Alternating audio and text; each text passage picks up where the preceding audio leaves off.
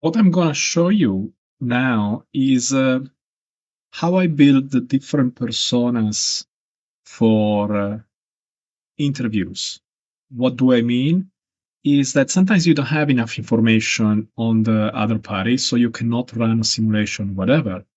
So when I have a new client, I have an agent that, based on the transcripts of the meeting and the market the company is working on, the competition, and everything I can find with a deep research on the web, creates a persona, a synthetic persona that I can interview.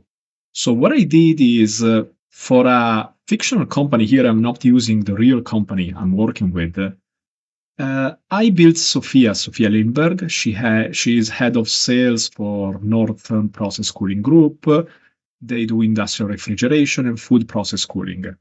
So I interviewed her on her sales process and which are the main problems she's facing. So let me just go down. These are some of the exchanges. And let me get here. And what she says here is that in order to provide package solutions during the negotiation, she has to have the backing inside the company. She has to have information from other departments. And this is not very easy. I don't have a clean way to do that. It's emails and calls and catching people, the internal negotiation.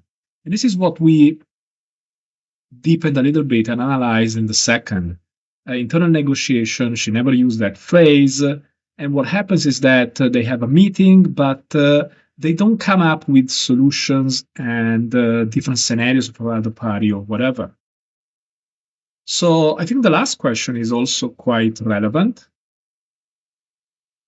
And this is the deals she lost, and she cannot tell why she lost them because she doesn't have a log of what happened, and so she doesn't have a real reason, commercial reason, that the deal went to another supplier.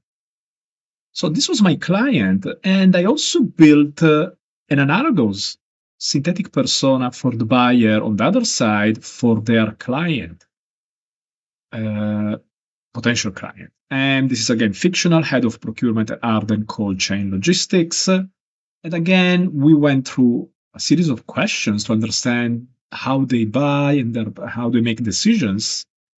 And he takes the cheaper offer, and he explains that sometimes what happens is that he has different offers, but in order to bring back a solution that is not the cheapest inside the company, he has to have a reasoning.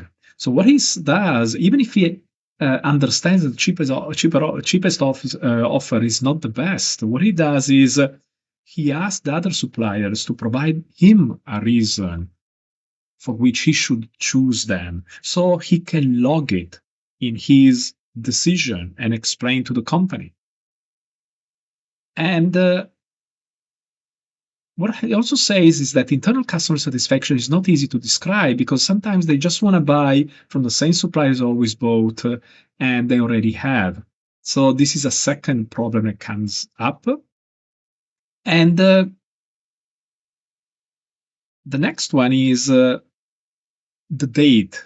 Its internal customer already set a deadline, and that took away some of his leverage during the negotiation. This is something that Sophia didn't know, but Matthias felt. And again, if we can go down to question number 16 here,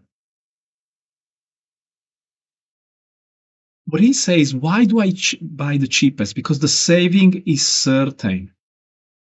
I take the offer, the money is saved. It's real this year.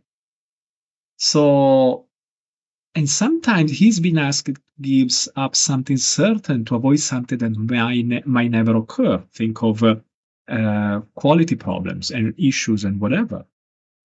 So he can make the argument well for the cheapest. He cannot make an argument for something that is not the cheapest.